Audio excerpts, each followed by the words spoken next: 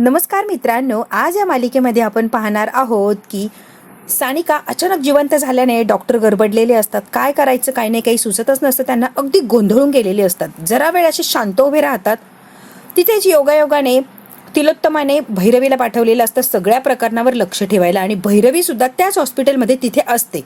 Doctor पटकन भैरवीकडे येतात आणि भैरवीला म्हणतात की मी काय करू, हे मिरॅकल झाले माझ्या एवढ्या आयुष्यामध्ये, मी एवढी प्रॅक्टिस केली आहे पण पहिलीच केस अशी की मृत घोषित केलेली व्यक्ती अचानक जिवंत झाली.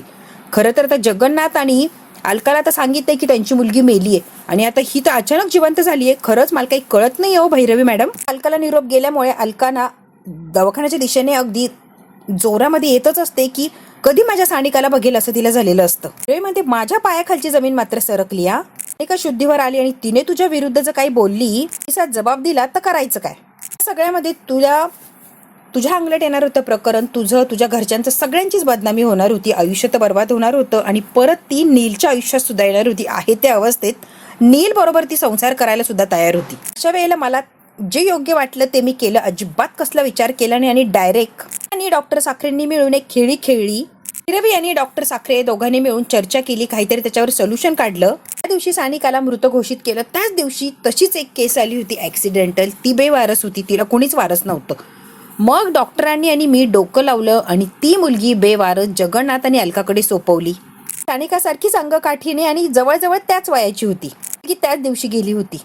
डॉक्टर हे सगळं करायला तयार नव्हता. त्याने खूप मोठी पैशांची मागणी केली आणि मी सुद्धा सगळे पैसे त्याला देऊन टाकले. अजिबात कसला विचार केला नाही. त्यावेळी एक आणि एकच उद्देश होता, सगळं प्रकरण तुझ्यापर्यंत येता कामा नये आणि तुझं नाव कुठेच येता कामा नये. म्हणून मी जेवढे पैसे देता आले तेवढे पैसे त्या डॉक्टरला दिले. त्या मुलीला नील पासून लांब ठेवायचं या उद्देशाने मला काय करता आलं ना, सगळं काही केलं बघ मी त्यावेळेला. ती बेवारस बॉडी अलका आणि जगन्नाथकडे सुपूर्त केली आणि सानिका या जगातून गेली डिक्लेअर करून टाकलं. सगळं काम तिथेच संपलं. लगेच आम्ही जिवंत सानिकाला दुसऱ्या हॉस्पिटलमध्ये ऍडमिट केलं. पूर्णपणे तिचा चेहरा जळालेला होता. म्हणजे सानिका फक्त जिवंत होती, ती दिसायला अजिबात काही राहिली नव्हती. लगेच तिला नवीन जीवन, नवीन चेहरा, नवीन ओळख देण्याचा प्रयत्न केला आणि सगळं काही केलं आमच्या पद्धतीने किंवा डॉक्टरांना जे जे शक्य होतं ते सगळं काही केलं. तशा प्रकारे सगळं काही आम्ही त्यावेळेला हँडल केलं, प्रकरण दाबलं सगळं काही.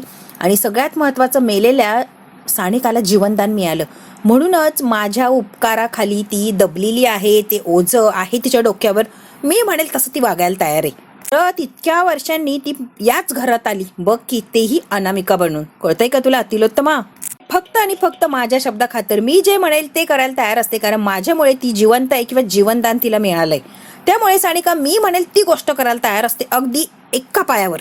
तेव्हा म्हणते तू माझ्या बरोबर विश्वासघात केला, बरोबर ना? मी कसला विश्वासघात केला? हो, तो कन्फ्युजनचा व्हिडिओ तो माझ्याकडे कधीच नव्हता. माझा विचारही नव्हता आणि डोक्यातही आलं नाही की तो व्हिडिओ माझ्याकडे ठेवावा म्हणून. कधी कशात अडकवायचं, तुला ब्लॅकमेल करायचं कधी माझा हेतू नव्हता, कारण तू मैत्रीण होती माझी आणि मैत्रिणीला अडकवण्याचा मी का विचार करेल. त्यावेळेला मी जे काय करत होते, काहीही जे करत होते ना, फक्त आणि फक्त तुझ्यासाठी निस्वार्थी भावनेने करत होते. काही एक वाईट हेतू, काही एक वाईट उद्देश नव्हता माझा. फक्त आणि फक्त मैत्रीसाठी सगळं काही केलं आणि तुझं नाव कुठेच येऊ नये याची मात्र खबरदारी घेतली होती त्यावेळेला. या सगळ्यामध्ये डॉक्टर साखरेने मात्र त्याची खेळी खेळली. तो महाभयंकर चॅप्टर माणूस निघाला, एक नंबरचा. हे प्रकरण त्याच्या अंगलट येऊ नये किंवा त्याला कुणी येऊन ब्लेम करू नये की तू असं असं केलंय, म्हणून त्याने त्याच वेळेला नकळत सानिकाचा कन्फेशन व्हिडिओ रेकॉर्ड केला होता आणि स्वतःकडेच ठेवला. याबद्दल मला अजिबात त्याने सांगितलं नाही. डॉक्टर साखरे म्हणजे पोहोचलेली चीज हे मला आता काही दिवसांपूर्वी कळलं. आणि मग काय, मला कळाल्यावर मी कशाला शांत बसायला लागलीये. लगेच मी दाटी केली आणि बरोबर त्याच्याकडून तो व्हिडिओ काढून घेतला आणि तो व्हिडिओ बघ की किती माझ्या कामी येतोय. चांगलाच कामी आलाय ना तिलोत्तमा. कसं कामाला आला ना, एक नंबर तो व्हिडिओ. कसं आहे ना तिलोत्तमा, सगळ्यांच्या दोऱ्या आता माझ्या हातात आहे. मी कोणाची दोरी ओढायची, कोणाची सैल ठेवायची, फक्त आणि फक्त भैरवी ठरवणार. कळतंय का तिलोत्तमा? भैरवी म्हणते जसं मी तुम्हाला खेळवेल, जसं तुम्हाला नाचवेल तसं नाचायला लागणार, तसं खेळायला लागणार, कारण मी दोऱ्या हातात पकडल्या तुमच्या सगळ्यांच्या. लक्षात येते का तिलोत्तमा? भैरवीचं ऐकाय वाचून काहीच पर्याय नाहीये, तुला ऐकायलाच लागणार आहे तिलोत्तमा. तू नाही म्हणूच शकत नाहीये. आत्तापर्यंत सानिकाचं सत्य कसं लपून ठेवलं, काय घडलं, काय सत्य, सगळं काही आता भैरवीने सांगितलेलं असतं तिलोत्तमाला आणि तिलोत्तमाला ते ऐकून धक्काच बसलेला असतो. मोठा असा श्वास घेते आणि मनातल्या मनात म्हणते जे काही आहे ते खूप खूप भयानक आहे. सत्य शोधायला गेले किंवा हे नाकारलं, हे नाहीच आहे, तर भैरवी मला काय सुटू देणार नाहीये. सगळ्या याच्यामध्ये सानिकाच्या खुनाच्या आरोपात मलाच अडकवून टाकेल, कारण भैरवी गेम करायला चालली आणि माझा गेम तर एका मिनिटात करेल. तिलोत्तमा खूप हुशार असते, मनातल्या मनात सगळ्या काही याचा विचार करत असते. सगळ्याचं खापर माझ्या माथी फुटणार आहे. दुसऱ्या दिवशी सकाळी छान असा नाश्ता चाललेला असतो. राजकुमार म्हणतो मस्त झाले होता पोहे, एक नंबर. घाईघाईने नाश्ता करतो आणि चाललेला असतो. तेवढ्यात काय राजकुमार थांब असा आवाज आलेला असतो. बस नाही, अर्जंट काम आहे, मला जायलाच लागणार आहे. तो म्हणते 5 मिनिटं बस, 5च मिनिटाचं काम आहे, मग जा हवं तर. असं बोलायचं, त्यामुळे तूही हवासे थांब जरा. तर मग म्हणते आजच बोलायचं आणि तेही आत्ताच बोलायचंय, त्यामुळे तू थांबणं गरजेचं आहे. तर मग आता परत सारंगच्या लग्नाच्या विषयावरच येऊन थांबलेली असते. सारंग तू काय म्हटलं होता, हा जे लग्नाचा विधी केला आपण, आपला बिझनेस, आपली कंपनी रूपम कॉस्मेटिक, आपली घराणं, सगळ्याची नाचक्की होणार. सगळे लोक आपल्याविषयी बडबड करायला लागणार किंवा नको नको ते विषय त्यांना चघळायला मिळणार की तिलोत्तमाने काय केलंय, एक सून असताना दुसरं लग्न लावलं.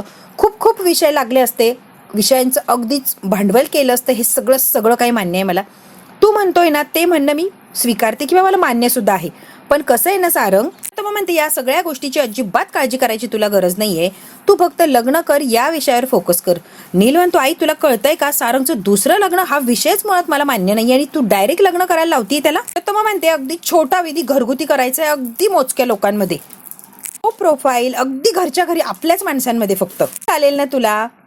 राजकुमार म्हणतो मुलगी कोण आहे ते आधी सांग. आई तुला कळतंय का कोण मुलगी अशी ती की ती स्वतःचं आयुष्य धोक्यात घालेल, आयुष्य बर्बाद करेल. प्रत्येकाला आपल्या आयुष्याची पडलेली असते आणि येऊन खड्ड्यात कोण पडायला तयार आहे स्वतः.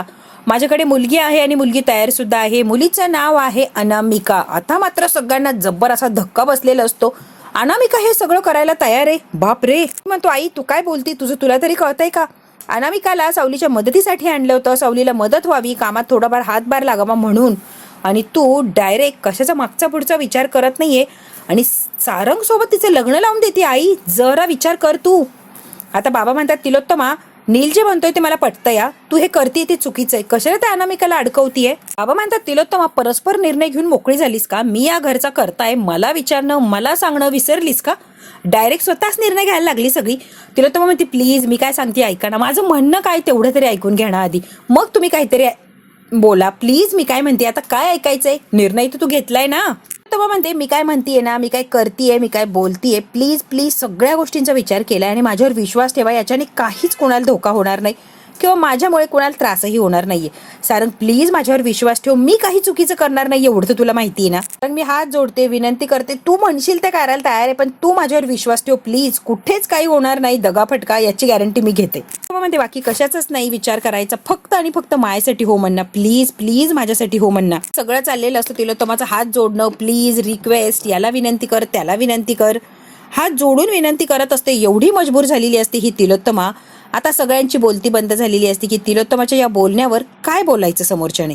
आणि सगळ्यात महत्वाचा अनामिका तर इकडे तिकडे अगदी कावरी बावरी होऊन बघायला लागलेली असते. तिच्या आयुष्याचा प्रश्न असतो तरी तिला कुठेच इन्व्हॉल्व केलेलं नसतं. कठपुतलीसारखी तिला सांगेल ते फक्त तिने करायचं असतं. तो मग अगदी गरिबासारखी हात जोडून उभी राहिलेली असती बिचारी. मात्र आईची मजबुरी, आईची तगमग तळतळ सारंगला बघवत नाही आणि सारंगने फुल अँड फायनल सांगितलेलं असतं आई चालेल, तू म्हणशील ते करायला तयार आहे मी, मला काहीच प्रॉब्लेम नाहीये. म्हणतात काय तू काय करतोय सारंग.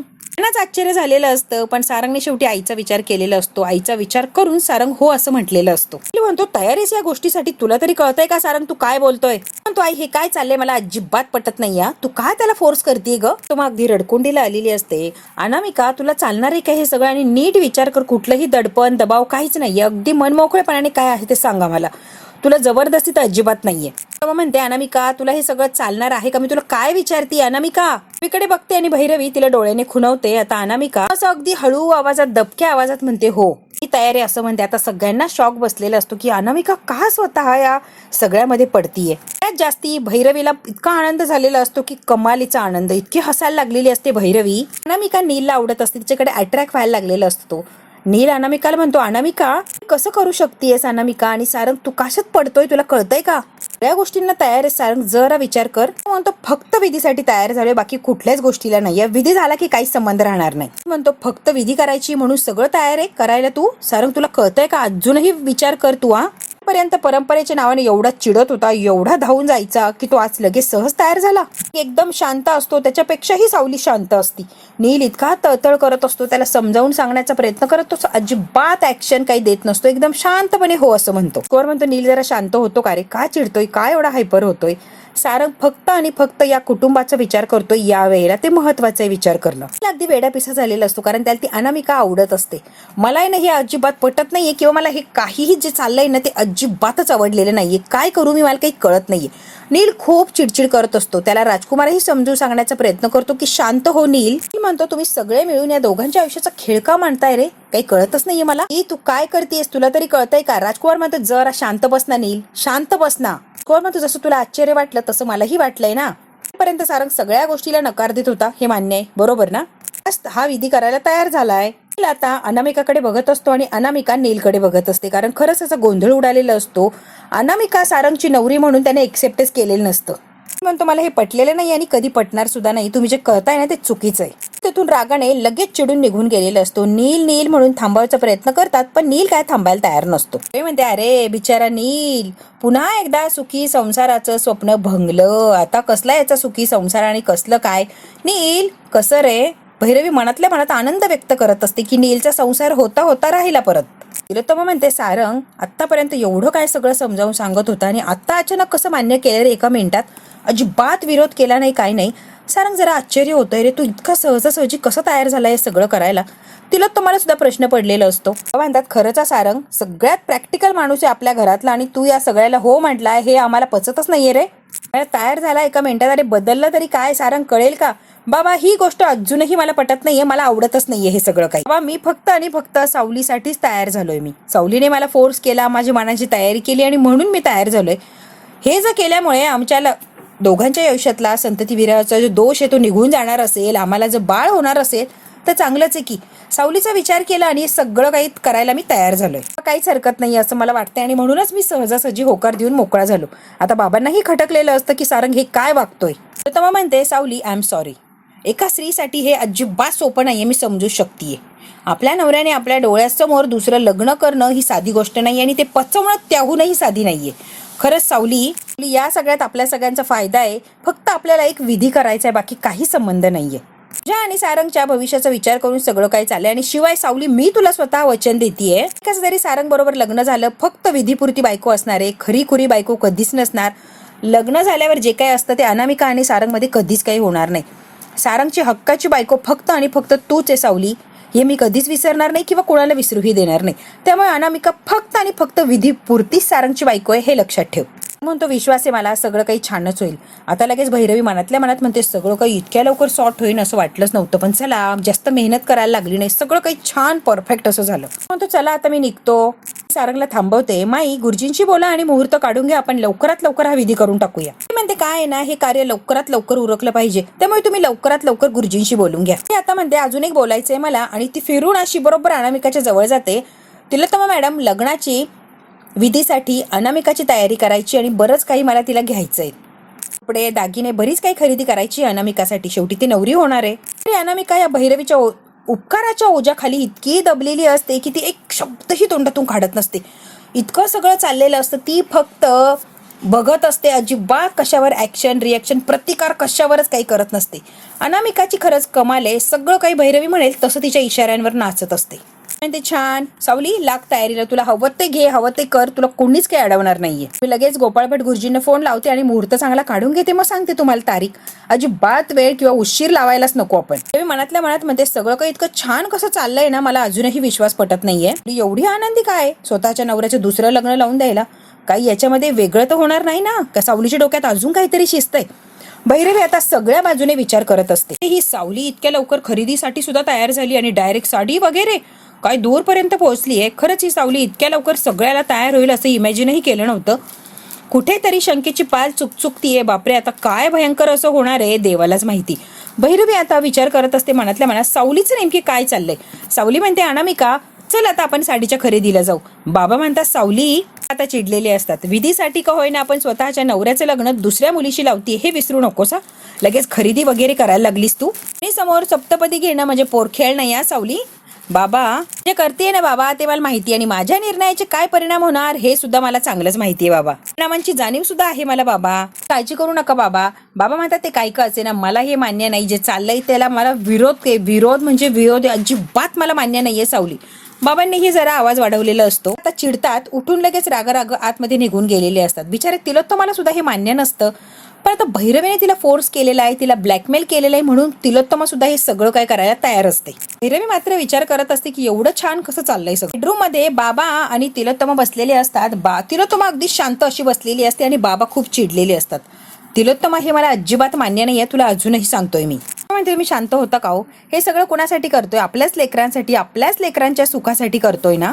यात काय रिक्स आहे मान्य आहे, पण यानंतर जर सगळे सुखी होणार असेल तर थोडी रिक्स घ्यायला काय हरकत आहे? सावलीसाठी करतोय ना, मग थांबा की जरा, शांतपणे आपण बोलू ना. सावलीचा विचार करा. प्रत्येक स्त्रीला असं वाटतं की माझं मूल असावं स्वतःचं.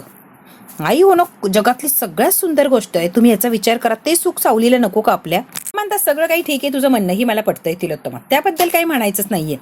पण सगळ्या गोष्टींची मान्यता आहे. सपोज मी ऐकलंय तुमचं सगळं, पण विधीसाठी अनामिकाच का? दुसरी तिसरी कोणी का नको? तुम्ही अनामिकाच कशी शोधून काढली? तिलोत्तमा, द्यावं असं काय करताय? काय बोलताय तुम्ही? अनामिका आपली घरची, आणि घरची गोष्ट घरातच राहणार. तुम्हाला कळत कसं नाहीये? दुसरी बाहेरची आणली म्हणजे बाहेर चर्चा होणार ना. जर ही बातमी गेली तर नाचक्की होणार ना. लोक चितू करणार, बडबड करणार, नको ते काय काय आरोप लावणार. अनामिका म्हटलं घरचा विधी आहे, घरच्या लोकांमध्ये होणार, बाहेर कळणार सुद्धा नाही. आता अनामिका तसं काही करणार नाही. तिला नातेवाईकच नाहीये, ते अनाथे, त्यामुळे प्रश्नच येत नाही ना. म्हणते बातमी बाहेर पडणारच नाही आणि काही प्रश्न सुद्धा उभे राहणार नाही. कळतंय का तुम्हाला? त्यांची चर्चा चाललेली असते, लगेच भैरवी आलेली असते तिथे. काय मग तिलोत्तमा, मुहूर्त काढा यासाठी आली आहे. जरी फॉर्मॅलिटी करतोय पण शेवटी ते लग्नच आहे. ते विधिवत आणि योग्य मुहूर्तावर झालं पाहिजे. त्यामुळे चांगल्यातला चांगला मुहूर्त काढून घ्या. ते माझी अशी इच्छा आहे की तुम्ही दोघांनी जावं. काय शंका कुशंका आहे ते स्वतः जाऊन गुरुजींकडे सगळं काही क्लिअर करावं आणि तुम्ही स्वतः मुहूर्त काढून आणा की तुम्हाला जो योग्य असेल तो. म्हणते तुम्हीच जा आणि भेटून घ्या बाबा, तुमच्या पद्धतीने सगळं काही मॅनेज करा. तिलोत्तमा म्हणते बाबांना, तुम्ही जरा गोपाळ गुरुजींना फोन लावता का? त्यांच्याशी जरा चर्चा करता का? म्हणजे सांगतील तुम्हाला ते भेटायला आपण यायचं की ते फोनवरच मुहूर्त वगैरे सांगतील? प्लीज जरा एवढं बघा ना तुम्ही. गोपाळ गुरुजींना फोन लावा, त्यांची वेळ वगैरे घ्या, हवं तर मग जाऊया आपण. बाहेर जाऊन ते थोडं फोनचं बघा. तोपर्यंत भैरवी मी इकडं यादी वगैरे सगळी काही तयारी करतो. आता गेलेले असतात बाहेर. भैरवी म्हणते तिलोत्तमा हे सगळं ठीक आहे, एक शंका आहे. तिलोत्तमा, आता कसली शंका आहे ग भैरवी? आता सगळं तर चांगलं चाललंय ना. म्हणते हो, तुझी जी शंका आहे तशी मलाही पडली आहे ग. सारंग आणि सावली एका मिनिटात कसे तयार झाले आणि काहीच त्यांनी विरोध नाही, काही नाही, शंका नाही, तोंडावर अजिबात काही त्यांचे भाव नव्हतेत ग. मला जरा शंका आली की एका मिनिटात हा तयार कसा झाला. पण सगळ्यात महत्वाचं आनंदाचं काय, तयार झालाय ना, ते महत्वाचं आहे. भैरवी, उगाच कशाला खोला शिरायचंय आपण. सगळं सोडा भैरवी, सावली खूप चांगली मुलगी आहे, तिच्या सुखासाठी एवढं करायला काय हरकत नाही. किती कठीण आहे आपल्या नवऱ्याचं दुसऱ्या कुणातरी बरोबर लग्न लावून द्यायचं, किती अवघड गोष्ट आहे भैरवी. जरा विचार कर ना. आपल्याला पाप तर लागणार नाही ना ग, आपण चांगला संसार मोडायचा प्रयत्न करतोय. भैरवी म्हणते माझ्यावर विश्वास नाही तर गुरुजींवर तर विश्वास ठेव. तिलोत्तमा, सारखं सारखं काय तेच म्हणतीये. म्हटलं ना सगळं व्यवस्थित होणार, काहीच अडचण नाहीये. आता गुरुजींनी शब्द दिलाय तरी सुद्धा किंतु परंतु चाललंय का तुझं? अगं गुरुजी कशाला कोणाचा काय संसार मोडायला लागले? त्यांनी सांगितलंय म्हणजे योग्यच असेल ना. त्यामुळे तिलोत्तमा आता कोणता विचार करू नको आणि टेन्शन तर अजिबात घेऊ नको. तू म्हणते सगळं ठीक आहे ते, पण कसं आहे ना, ऐन वेळेला या पोरांनी काही घोळ घालायला नको हा. कारण गुरुजींच्या समोर तमाशा नकोय. सगळं काही आपण तयार करायचो आणि ऐन वेळेला यांनी जर काही केलं तर अवघड होईना. तिलोत्तमा, तो म्हणते काहीच गडबड होणार नाहीये भैरवी, तू टेन्शन घेऊ नको. ठीक आहे बाई, त्या सारंगकडे लक्ष दे, ऐन वेळेला काही पंचायत नको. आणि भैरवी आता चाललेली असते, दारात येते आणि म्हणते सावलीने आणि सारंगने मिळून जर काही प्लॅनिंग केलं असेल तर पंचायत व्हायची, नसता गोळ घालून ठेवायचे. पण जरी प्लॅनिंग केलं असेल तर त्यांनी सुद्धा विसरू नये की मी भैरवी आहे आणि मी ही काय करू शकते हे त्यांना कळेलच मग. त्यामुळे जे काही चाललंय किंवा जे काही होणार आहे अगदी सहज आणि साधेपणाने होऊ द्यावं एवढीच माझी इच्छा आहे. तरी सुद्धा भैरवी म्हणते की सारंग आणि सावलीने जर काही केलं तर मी आहेच तयार. बघू काय होतं आणि काय नाही. सहज जर लग्नाला तयार झाले तर चांगलीच गोष्ट आहे, नाही झाले तर कसं आणि काय करायचं हेही माझ्या हातात आहे. बघू आता काय होतं. आता भैरवीने एवढी तयारी दाखवलेली असते, तसंच होणार का? आणि सारंगचं आणि अनामिकाचं लग्न व्यवस्थित पार पडणार की त्यामध्ये सुद्धा काही विघ्न येणार? मित्रांनो, हे सगळं जर बघायचं असेल आपल्याला तर बघायला लागणार आहे पुढचा भाग. हा भाग इथेच संपतो. व्हिडिओ आवडल्यास लाईक शेअर सबस्क्राईब नक्की करा. धन्यवाद.